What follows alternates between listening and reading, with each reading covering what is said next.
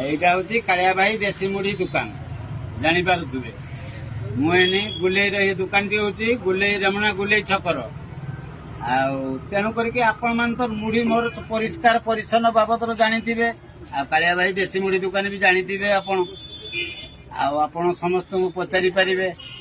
ଆପଣ phone number ଅଛି phone କରିପାରିବେ।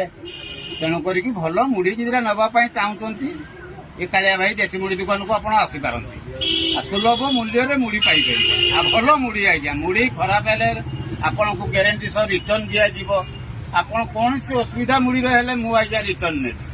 ଏତିକ ଆଜ୍ଞା ଗୋଟିଏ ପ୍ଲସ୍ ପଏଣ୍ଟ ଆପଣଙ୍କର। ଆଉ ମୁଢି ଆଜ୍ଞା ମୋ ପାଖରୁ ଖରାପ ପାଇବେନି। ଦେଶୀ ମୁଢି ମାନେ ଆଜ୍ଞା ଦେଶୀ ମୁଢି ପାଇପାରିବେ। এইটা হচ্ছে মোর গোটে আজ্ঞা এটা আজি নুহে এ বিজনেস হচ্ছে মোর 12 বর্ষর বিজনেস। তেণু করিকি আজ্ঞা গুলেইর মুড়ি দোকানটা হচ্ছে মোর পুরোনা দোকান। মোর মু আজ্ঞা ভাজুলি মুড়ি আগে যোଉটা দোকান মোর সেইটা ঘর মোর পଛ আড়ে মেସିନ ଥିଲା। ଆପଣ ମାନେ କେହି ଭାଇ ବି ଜାଣିଛନ୍ତି ଯେ ମୁଁ କାଳିଆ ଭାଇ ମୁଢି ଭାଜନ୍ତି ବୋଲି। ତେଣୁ କରି କାଳିଆ ଭାଇର ବୋର୍ଡ ବି ଲାଗିଛି ଆପଣ ଦେଖିପାରୁଥିବେ। କାଳିଆ ଭାଇ ଦେଶୀ ମୁଢି ଦୋକାନ ମା ବାସୁଳି କାଳିଆ ଭାଇ ଦେଶୀ ମୁଢି ଦୋକାନ ବୋର୍ଡ ଲାଗିଛି ଆଜ୍ଞା, ଦେଖିପାରିବେ। ଯମୁନା ଗୁଲେଇ ଛକ ମାଛ ହାଟ ପୂର୍ବରୁ ମୋର ଦୋକାନଟି।